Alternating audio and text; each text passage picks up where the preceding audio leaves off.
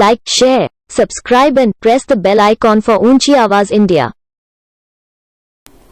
नाजरीन, ऊंची आवाज इंडिया में आपका इस्तकबाल है। शायर मशरिक अल्लामा इकबाल कहते हैं कि औकाबी रूह जब बेदार होती है जवानों में, नजर आती है उनको अपनी मंजिल आसमानों में। मिल्लत इस्लामिया बहुत तवील अरसे से इस बात का रोना रो रही है कि उसकी क़ियादत को मजबूत नहीं किया जाता। देर से ही सही, रियासत कर्नाटक की तारीख में, कांग्रेस की तारीख में यह पहली मर्तबे हुआ है कि कांग्रेस के एक बड़े ओहदे पर वर्किंग प्रेसिडेंट के तौर पर एक मुसलमान का इंतखाब हुआ है, जो सलीम अहमद के नाम से जाने जाते हैं। सलीम अहमद इससे कबल कांग्रेसी इख्तदार में 2 मर्तबे चीफ व्हिप रह चुके हैं और उनकी काबिलियत की बुनियाद पर उन्हें 2 मर्तबे एमएलसी भी बनाया गया।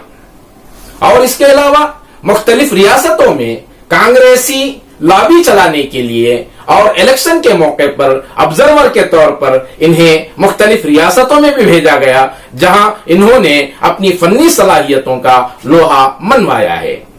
इतने बड़े ओहदे पर एक मुसलमान का इंतखाब हो जाना यकीनन हम तमाम के लिए एक खुशबख्ती की अलामत है। आइए जानते हैं सलीम अहमद से कि ये मिल्लत के काज से मुताल्लिक मुस्तकबिल में क्या इकदाम करने वाले हैं और मिल्लत के लिए क्या खाका बनाया है। चलिए सलीम अहमद की खिदमत में चलते हैं।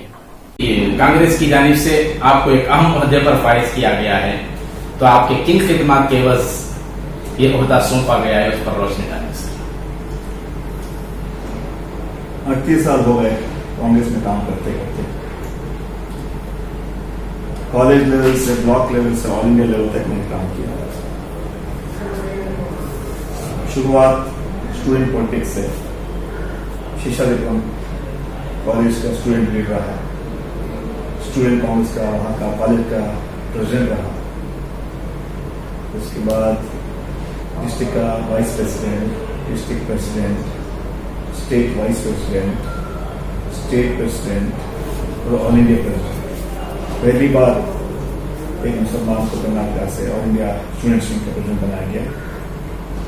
उसके बाद इंडियन यूथ कांग्रेस का जनरल सेक्रेटरी रहा और 2000 में एस एम कृष्णन की हुकूमत में पहला यंगस्टर को बनाया गया government chief in the house of elders. I was engaged and I was controlling the house. और धर्म सिंह जब चीफ विप रहे, उससे गवर्नमेंट का चीफ विप रहा। उसके बाद पार्लियामेंट लड़ा, मैं कम वोटों से हारा, हावेरी से लड़ा था, कम वोटों से हारा, इसलिए कि बैंगलोर से जाफर शेख साहब लड़ रहे थे। तो कर्नाटक में 2 ही कॉन्स्टिट्यूंसी माइनॉरिटी, बैंगलोर और हावेरी। हालांकि मेरी पैदाइश तो बैंगलोर से ही है, पॉलिटिक्स शुरुआत हमने बैंगलोर से की, लेकिन जाफर शरीफ एक सीनियर लीडर है, इसलिए जो है मैंने हावेरी चुना। हावेरी से लड़ा, बहुत कम वोट से मैंने हारा। उसके बाद मुझे सोनिया गांधी और प्राइम मिनिस्टर मनमोहन सिंह जी ने नेहरू युवा केंद्र का डायरेक्टर जनरल बनाया। ये बहुत बड़ा ऑर्गेनाइजेशन में है, गवर्नमेंट ऑर्गेनाइजेशन में है, और जहां IAS officer, chief secretary level के लोग डीजी बनते थे, और पहली बार मुझे बनाया गया, मौका दिया गया।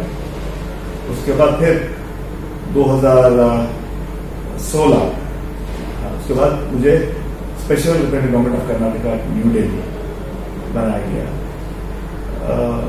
उसके बाद मुझे ऑल इंडिया सेक्रेटरी, कांग्रेस के सेक्रेटरी राहुल गांधी जी ने बनाया मुझे। तो मैं काम करता रहा, तेलंगाना के इंचार्ज भी रहा, झारखंड के इंचार्ज भी रहा, और फिर दोबारा कर्नाटका का जो है वर्किंग प्रेसिडेंट बना के मुझे भेजा गया, कांग्रेस ने काम। तो क्या मंसूबे रखते हैं सर मिल्लत के, और खुसूसन चूंकि आपकी आइडेंटिटी एक मुस्लिम नुमाइंदे के तौर पर इंतखाब किया गया है, जहां तक आपको वर्किंग प्रेसिडेंट के तौर पर नामजद किया गया, तो मुस्लिम कास्ट के सिलसिले में आप क्या प्लान रखते हैं? तो पहली बार एक मुस्लिम वर्किंग प्रेसिडेंट बनाया गया। हालांकि मैं पिछले 28 साल से ऑल इंडिया के सारे ऑर्गेनाइजेशन में काम कर चुका हूँ, चाहे ऑल इंडिया में हो या स्टेट में हो, सारे ऑर्गेनाइजेशन काम करके पूरे हिंदुस्तान का दौरा रहा। जब मैं ऑल इंडिया का प्रेसिडेंट रहा, सारा हिंदुस्तान में दौरा किया मैंने, हर स्टेट में, बहुत सारे स्टेटों में स्टेट प्रेसिडेंट मैंने मुसलमानों को बनाया इस समय, और काफी एमएलए बने, काफी मंत्री बने। एक फ्यूचर प्लान क्या है सर? उसके बाद जो है कर्नाटक पहले को बनाया है। कांग्रेस में काफी सीनियर लीडर्स भी हैं, जैसे कि रहमान खान साहब है, सीएम इब्राहिम साहब है, और एक्स मिनिस्टर्स है, एमएलए है, तो सब लोग राय लेके जो है आने वाले दिनों में और नेशनल कांग्रेस पार्टी में कैसे मजबूत करने का काम करेंगे। और खासतौर जो है मेरा जो थिंकिंग है कि नया लीडरशिप यंगस्टर को डेवलप किया जाए, न्यू लीडरशिप डिस्ट्रिक्ट में, तालुक में, ताकि वहां वो लीडरशिप काम करे। हम चाहते हैं कि तालुक पंचायत, जिला पंचायत पे भी हमारा पार्टिसिपेशन हो। ग्राम पंचायत इलेक्शन में मुसलमान को पार्टिसिपेट करना चाहिए, इससे बहुत कम होता है। तो इस तरह की काफी कुछ प्लानिंग है। पिछले हमें बन के करीबन 2 महीने हुए, बन के 1 वीक के बाद कोरोना शुरू हो गया। कोरोना के सिलसिले में लगातार जो है 45 दिन हम लोगों ने काम किए हैं। जैसा आप बता रहे हैं कि रियासती सरकार ऐसे सब चीजों में पूरी तरह नाकाम है, तो कहीं ना कहीं अपोजिशन का जो रोल निभाना है कांग्रेस पार्टी को, वो भी कहीं ना कहीं नाकामी का सामना करना पड़ रहा है। और जैसा अपोजिशन के काम किरदार होता है, उसमें कांग्रेस कहीं ना कहीं पीछे है। तो इस खुसूस में आपका क्या कहना है? बिल्कुल ये मानने के लिए तैयार नहीं हूँ। पिछले 45 डेज, 45 दिन जो है हम लोगों ने, जिस दिन से शुरुआत हुई, हम 3 बार हमने उनको ऑल पार्टी मीटिंग के लिए बुलाए, तो वो बुलाने के लिए तैयार नहीं थे। हमारे बजट की वजह से उन्होंने बुलाए, ऑपोजिशन लीडर्स की मीटिंग उन्होंने बुलाए, और हमने जो कहा था कि जो माइग्रेंट वर्कर्स को जो है पैसा मिलना चाहिए, गरीबों को मदद मिलनी चाहिए, वो हमारे कहने के बाद उन्होंने किया है। आप जानते हैं हम लोग जब बस स्टैंड में धरना किया है, उसके बाद जो बसेस फ्री दी थी माइग्रेंट्स को, और हमने कहा रेलवे के लिए हम कांग्रेस पार्टी पैसा भरेंगे। सोनिया गांधी जी कहा था कि कांग्रेस पार्टी भरेगी, लेकिन इस इश्यू को ज्यादा उछाला नहीं गया था। हालांकि बहुत अच्छा एकदम था राहुल गांधी जी का, कि उन्होंने सोनिया गांधी जी का, कि कांग्रेस सरकार अपने पैसों की बुनियाद पर माइग्रेंट वर्कर्स को अपना खर्च पर दे देगी अपने पार्टी के तरफ से। लेकिन हम लोग गए थे रेलवे स्टेशन में पैसा लेके, मैं, हम और प्रेसिडेंट के बीच डी के शिव कुमार, वहां रेलवे जो डीआरएम मिले, वो बोले हम पैसा दे नहीं सकते। मैंने कहा आप कर नहीं रहे हैं, हम करने के लिए मौका नहीं दे रहे। वो बोले कि मैं रेलवे बोर्ड को चिट्ठी लिखूंगा, वहां से परमिशन दूंगा। और कर्नाटक आपको मालूम है, हम लोग जो है 1 करोड़ रुपए लेके बस स्टैंड पहुंच गए डीआरएम को देने के लिए। डीआरएम आने के लिए तैयार नहीं है। उसके बाद हम गए मिनिस्टर सऊदी के पास, प्रेसिडेंट शिव कुमार, हम लोग, लेकिन वहां सऊदी चेक लेने के तैयार नहीं है। तो हमारे जो ऑपोजिशन का जो काम था, बिल्कुल हमने पूरी ईमानदारी से की है, और जितना करना था हमने गवर्नमेंट इतना प्रेशर पे लेके आ गए। हमारे कहने में काफी उन्होंने अपना प्रोग्राम जो है फाइनेंशियल सपोर्ट। ग्राउंड लेवल पर आपकी शख्सियत से मुताबिक, मिल्लत जैसा आपसे मुतारिफ होना था, आपसे इंट्रोड्यूस होना था, वो कहीं ना कहीं पीछे रही। तो इसका सबब क्या है? बिल्कुल जो है experience is the biggest strength in public life. मैं इसलिए इन दोनों का नाम मैंने लिया था कि रहमान खान साहब मिनिस्टर रहे मेरे डिपार्टमेंट के, सीनियर पॉलिटिशियन है, अच्छा इमेज भी रखते थे, अब भी रखते हैं, और काम कर रहे हैं अभी। इब्राहिम साहब यूनियन मिनिस्टर है, काफी कुछ उनको देखा है, उनका एक्सपीरियंस हम लेंगे। उसके बावजूद हमारे जो एक्स मिनिस्टर्स है, एमएलए से, हमारे जितने भी जो लीडर्स है, उनका भी एक्सपीरियंस हम लेंगे। और आपका जो कहना है कि नया जो लीडरशिप को डेवलप करना है, बिल्कुल मैं मानता हूं कि आने वाले दिनों में बिल्कुल जो है एक डिस्ट्रिक्ट में, एक तालुक में हम देखेंगे कि अच्छे हमारे जो यंगस्टर जो है आगे बढ़े, और यंगस्टर जो अच्छे ओरेटर्स है, जो बोल सकते हैं, जो अवेयरनेस करते हैं, बिल्कुल उनको मौका मिलेगा। और ये इसके लिए मुझे यहाँ बनाया गया है, मैं बिल्कुल ईमानदारी से काम करूँगा। येडियुरप्पा सरकार की जानिब से इससे कबल तबलीगी जमात के इशू पर एक बयान आया था कि तबलीगी इशू पर हर कोई अगर बोलता है तो उस पर उसे बर्दाश्त नहीं किया जाएगा। इस सिलसिले में आपकी तरफ से कोई पहल होनी चाहिए थी, मुस्लिम कौम में या कम्युनिटी में एक मैसेज जाना चाहिए था कि येडियुरप्पा सरकार की जानिब से एक अच्छा पैगाम था वो, इसके बारे में तो राय नहीं है। अब उसे अच्छी तरह पब्लिक में जैसा आपको प्रोड्यूस करना था, उसमें कहीं ना कहीं पीछे रहे। पूरी कोशिश की, कर भी रहे हैं, लेकिन आपको जानते हैं कुछ मीडिया जो है बिल्कुल जो है जिस तरह उछाल रहे हैं, जिस तरह कम्युनल बनाने की कोशिश कर रहे हैं, कुछ कम्युनल एलिमेंट्स है, कुछ कम्युनल स्पीकर्स है, वो लोग खुलेआम आके बोल रहे हैं। जब हम लोगों ने उनको कॉन्ट्रीब्यूट किया है कि इस जो कोरोना के लिए, कोरोना एक जो डिजीज है, उसमें जात नहीं है, बात नहीं, कुछ नहीं है, लेकिन कुछ इंसिडेंट ऐसे हो गए हैं, उसको लेके जो है कुछ कम्युनल एलिमेंट्स, कम्युनल लीडर जो है उसे उछालने की कोशिश कर रहे हैं। हालांकि येडियुरप्पा ने उनको वार्न किया कि ताकि वो आप इस तरह काम नहीं करना चाहिए। हमने भी डेलीगेशन लेकर उनको कहा कि आपके जो लीडर्स है, जो आपके एमपी है, आपके एमएलए है, ये लोग इसका स्टेटमेंट दे रहे हैं, ये खराब कर रहे हैं माहौल को, तो उन्होंने बिल्कुल कहा कि हम उनको वार्न करेंगे, उनको बोलेंगे कि इस तरह का बात नहीं करना चाहिए। सर, मेरा सवाल ये है कि येडियुरप्पा सरकार की जानिब से जब वो स्टेटमेंट आया था तो आपको सामने आना चाहिए था, मुस्लिम कम्युनिटी में पैगाम को आम करने की जरूरत थी। तो कांग्रेस पार्टी की तरफ से भी हो या आप मुस्लिम कम्युनिटी को जिस तरह अप्रोच करना चाहिए था, उसमें कहीं ना कहीं पीछे रहे। इसका नहीं, बिल्कुल जो है जिस दिन उस मीटिंग हुआ तुरंत हम लोगों ने मीटिंग बुलाया, सारे लीडर्स मिल के जो है एक वॉइस में हम लोगों ने मैसेज दिए कि येडियुरप्पा ने कहा है उसको वो जो दूसरे पार्टी के लोग भी फॉलो करना चाहिए, और हम अपने लोगों को हमने कहा कि उनका जो मैसेज था, हालांकि येडियुरप्पा ने शुक्रिया अदा किया सारे लीडरों का, उलमा का काम करके जो उनके लिए गवर्नमेंट की तरफ से शुक्रिया अदा किया। जितना हमें बोलना था हम हर जगह बोलते आए, आगे बोलते गए। सर, जिस तरह ये माइग्रेंट वर्कर्स का इशू है पूरी रियासतों में, दीगर रियासतों में, कर्नाटक के अलावा कुछ ना कुछ तो एग्जाम हो रहे हैं, चाहे बिहार के हो चाहे दूसरी रियासतों के हो, लेकिन कर्नाटक सरकार इस सिलसिले में, माइग्रेंट वर्कर्स के सिलसिले में कोई अच्छा खासा स्टेप नहीं ले पाई है। तो इससे एक अपोजिशन का किरदार निभाते हुए इस इशू को उछालने के बजाय आप लोगों की जानिब से जो खामोशी है वजह क्या है? खामोश नहीं, बिल्कुल हमने उछाला है। हमने कहा है चीफ मिनिस्टर को, हमारे कहने पे जो है ये माइग्रेंट वर्कर्स को जाने का मौका मिला था उसमें फ्री, और उस ट्रेन के लिए भी हमने कहा था कि लेकिन इन लोगों का कोई प्लानिंग नहीं था।